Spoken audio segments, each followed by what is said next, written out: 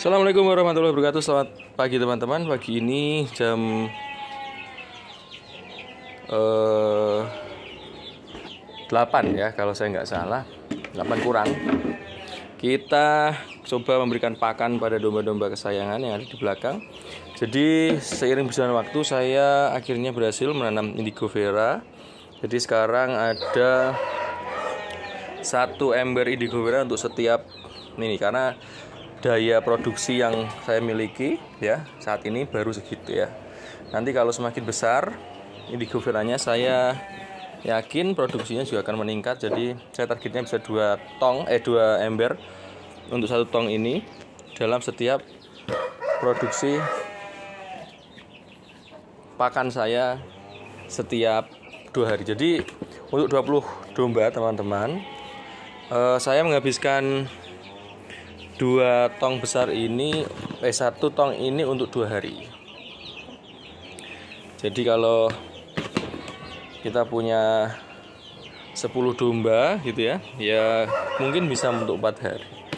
Dan 10 domba itu menurut saya udah banyak. Jadi untuk kalian menabung saja misalnya udah cukup ya. Ini pakan breeding, jadi tidak terlalu high konsentrat. Konsentratnya cukup tipis. Nah, ini seratnya yang dibanyakkan, jadi warnanya cukup terang ya dibandingkan pakan-pakan saya yang dulu yang dipakai untuk penggemukan. Nah, ini saya tuang dulu, nanti kalau sudah kita ambil kita coba lihat respon makannya di kandang gitu ya. Sampai jumpa di kandang nanti. Ya, ini kondisi pasca dituang ya. Konsumsi ternak mantap sekali. Jadi teman-teman, punya saya ini tidak fermentasi sebenarnya, karena notabene tidak ada penambahan probiotik ya, karena probiotiknya sudah cukup lama tidak saya produksi ya, habis kemarin 1 drumnya itu saya belum produksi ulang. Jadi konsep pakannya ini hanya penyimpanan, yang mana pakan-pakan dengan kadar air 25% ini saya simpan di drum beberapa hari sehingga muncul bau yang cukup wangi seperti silase ya, karena ada daunnya juga, sehingga ternak terbiasa. Jadi daunnya diganti apapun bisa ya. Ini memang kalau kita lihat tidak terlalu banyak daunnya. Nah ini ya, pakan saya seperti ini. Nah ini kenapa alasannya lahan 100 meter yang saya miliki itu ditanami indigo vera, enggak rumput-rumputan biar produksi banyak. Saya memang mengejar kualitas ya teman-teman. Ini indigo vera ini, saya pengennya dikit tapi berkualitas, maka saya jatuhkan ke leguminosa berupa indigo vera. Karena serat murah ya tempat saya, kayak selamper jagung itu yang menjadi dasar pakan ini itu murah sekali di sini, sehingga saya gak ada masalah untuk mengeluarkan biaya pembelian serat gitu. Karena yang mahal dimanapun tetap sama, yaitu protein, maka saya mainnya untuk pakan protein saja yang kita kuati. Ini usia 2 bulan. Jadi ya, ini termasuk contoh cempe yang jadi teman-teman. Setelah dicoba pakan dan manajemen kelahiran yang saya bedakan dengan konsep yang lama, maka pertumbuhannya sangat cepat ya. Ini 2 bulan, jantan betina, induknya normatif, makannya juga gak kenceng-kenceng amat, tanpa suntik vitamin, tanpa suntik apapun pasca kelahiran.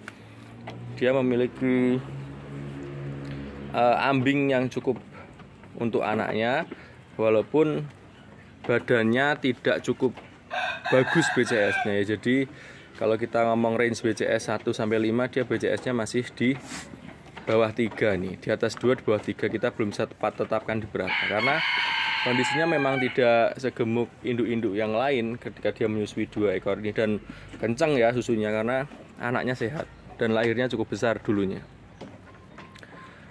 Ini ada beberapa indukan bunting ya, ada 1, 2, 3, 4, 5 ini bunting. Boleh kalau ada yang minat. Harganya timbangan kiloan, harga bunting ya, bukan harga gemukan. pastinya sedikit di atas harga gemukan. Karena kan range timbangan tuh harga bakalan bahan, kurusan, harga gemukan, ya ini ada harga buntingan. Jadi ini harus ditimbang untuk tahu berapa harganya.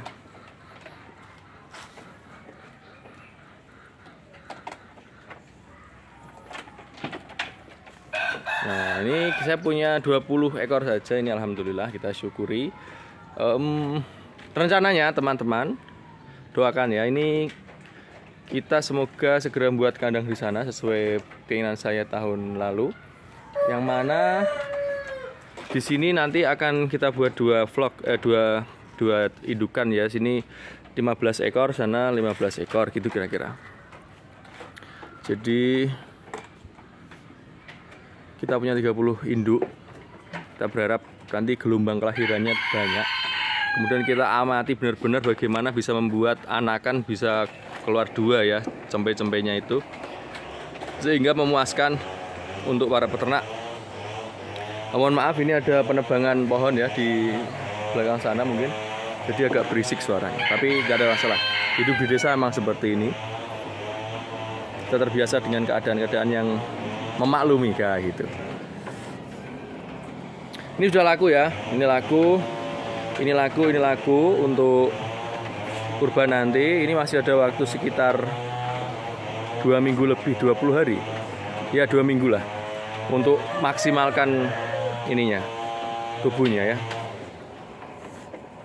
Nih makanya cukup menyenangkan,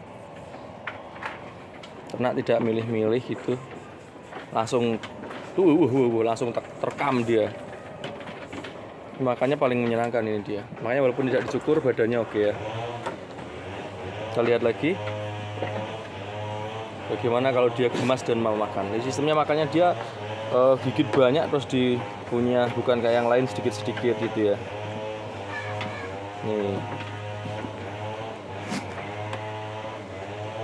Jadi banyak sekali ngambil dia banyak.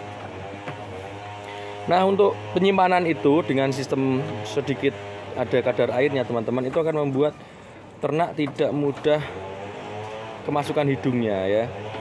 Jadi kalau posisi seperti ini dia tidak terbang-terbang ini, tidak terbang-terbang karena mempunyai massa pemberat diikat oleh air itu tadi. Untuk air kalian bisa nambahkan air biasa, bisa pakai air yang mengandung probiotik, bisa pakai ampas tahu, bisa pakai ampas singkong. Apapun itu boleh semua dipakai ya. Ada apa ini? Oh, si odong-odong musir betinanya. Sini masuk. Ini odong-odong jantan utama jenis crossing yang SSS. Masuk. Ya, dia masuk. Sebagai pejantan alfa di kandang ini memang seperti itu ya. Dia nggak mau diganggu, dia nggak mau dihalang-halangi. Pokoknya dia harus yang utama. Ya, jadi kalau pejantan alfa itu sifatnya seperti itu. Nah, dia kalau campur jantan lain berantem dia posisinya. Gitu teman-teman. Itu ya yang dapat saya sampaikan. Untuk 1, 2, 3, 4, 5, 6, 7, 8, 9, 10, 11, 13 ekor ini saya butuh 3 ember kaporit ya per hari. Cukup ringan karena selamper jagungnya banyak ya. Jadi kalau ditimbang itu dia nggak banyak kiloannya. Jadi secara hitungan cukup ekonomis untuk breeding. Jadi kita kapan-kapan kita bahas ya per kebuntingan kita butuh biaya berapa sampai lepas samping. Jadi ini kira-kira 15 hari lagi 3 bulan ya bisa masuk samping. Nah itu semoga nanti pertumbuhannya bagus sehingga ini jelas untung. Kalau seperti ini sangat untung sudah. Ibarat dari betina saja untuk balik modal pakan indukan itu sudah berlebih. Jadi kalau kita ibaratkan betina ini modal anaknya, maka jantan ini full keuntungan breeding kita selama 8 bulan itu. Jadi seperti itu. Anggap saja ini kita jual 800, maka ya kita dapat untung per ekor induk ini 100.000 per bulan. Sudah dikurangi pakan ya. Jadi kalau kita pelihara 10, beranak 2 semua, jantan betina bisa gitu misalnya, maka bisa 1 juta per bulan pendapatannya. Dulu kita ingat ya kandang saya ini betina cuma 2, si hitam bayangan sama si tante ini. Tapi sekarang sudah banyak beranak pinak. Ini jantan kita ada 7, ada yang kecil 1, anakan kita sendiri kita pisahkan karena dia cukup cukup nakal kepada teman-temannya. Dia suka cabut-cabut bulu domba lain, sehingga kita pindahkan biar nggak mengganggu. Ini kenapa kita tali? Dia juga pejantan alfa, umurnya sama kayak odong-odong di sana. Kalau dia tidak ditali, kalau ada yang birahi, dia akan menghancurkan teman-temannya yang lebih kecil. Karena ini salah teman-teman ya, nggak boleh kita nyampur ukuran yang berbeda seperti ini pada jenis kelamin yang sama. Karena ini adanya ini karena kita sudah kita semaksimalkan aja biar kita bisa hidup berdampingan. Oke, sementara itu dulu teman-teman liputan kita pada pagi hari ini. Sampai jumpa di video-video berikutnya. Assalamualaikum warahmatullahi wabarakatuh.